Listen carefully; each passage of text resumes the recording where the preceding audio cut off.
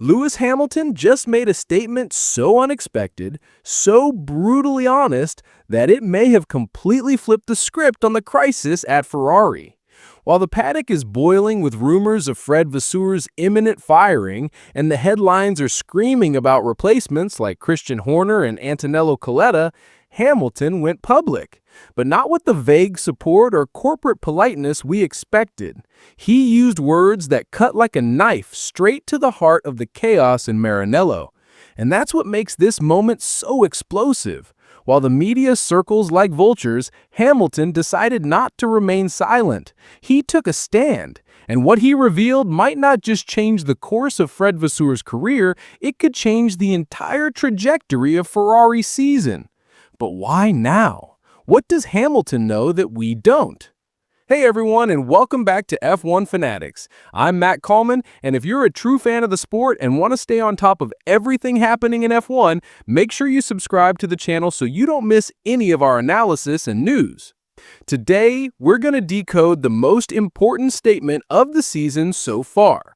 What seemed to be simple support from Lewis Hamilton for his boss is in fact a glimpse into the real power play happening behind closed doors at Ferrari. We're going to analyze the ultimatum, the consequences, and why Hamilton just put all his chips on the table. First, let's understand the landscape. The 2025 Ferrari is a team in crisis.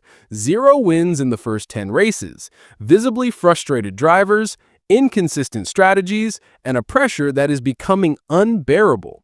In this vacuum of results, the rumors exploded. First, the news that Ferrari had allegedly made an audacious offer to Christian Horner, which was promptly rejected. Then the name of Antonello Coletta, the victorious head of the endurance program, began to circulate as the board's preferred replacement. Vasseur's fate seemed sealed. And it was then, in the midst of this storm, that Lewis Hamilton dropped his bombshell. When asked about the rumors, he didn't dodge. He looked at the camera and said, in no uncertain terms, "Fred is the main reason I am on this team. I love working with him. I want Fred here. I believe he is the person who will lead us to the top." Let's be clear, this is not a compliment. It's a political statement. It's an act of total alignment. It's a direct and powerful warning to the Ferrari board, to John Elkann, and to anyone else thinking about hitting the reset button once again. Hamilton, Ferrari's biggest asset, the pillar of their future project, just planted his flag in the ground and said, "I'm with him. If he goes down, the project you sold me crumbles along with him." Why would Hamilton, a driver who has always been a master of diplomacy, make such a risky and public move? The answer lies not in Ferrari's present, but in its past. Hamilton isn't just defending Fred Vasseur, he's defending Ferrari from itself. He's fighting against the ghost that has haunted Maranello since the Schumacher era. The vicious cycle of impatience, restructurings, and a revolving door of management. Ferrari's history is a conveyor belt of projects abandoned too soon, of leaders who are fired at the first sign of crisis. Every time this happens, the rebuilding clock resets to 0. Hamilton knows this. Vasseur knows this.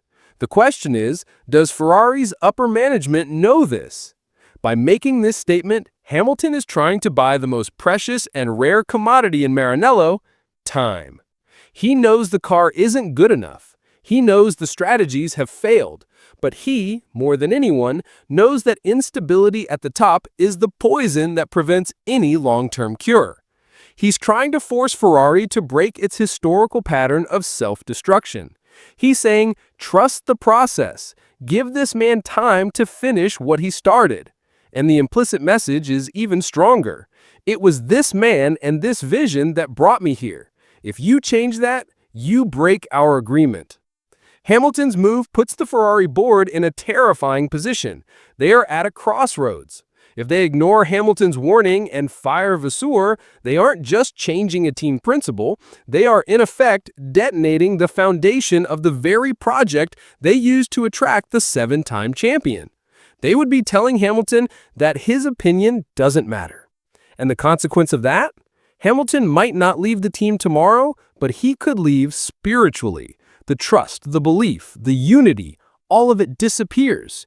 And in a team already walking on a tightrope, a fracture like that would be fatal.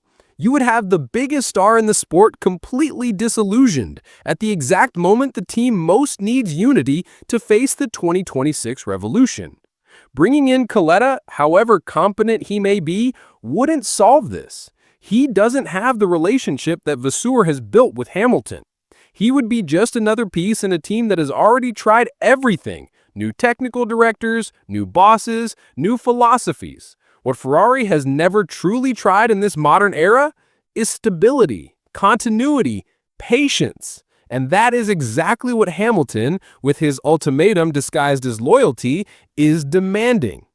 What's happening at Ferrari right now is much bigger than a crisis of results. It's a reckoning, a turning point that could define the future of motorsport's most famous team. Lewis Hamilton, in a rarely seen act of leadership, has put his prestige and his project on the line to defend an idea that stability is more important than panic, that loyalty is worth more than politics. The Ferrari board now faces a binary choice. They can listen to their new leader, break the vicious cycle of the past and bet on continuity, or they can give in to their old instincts, hit the reset button one more time, and risk losing not just their team principle, but the very soul of their most ambitious project.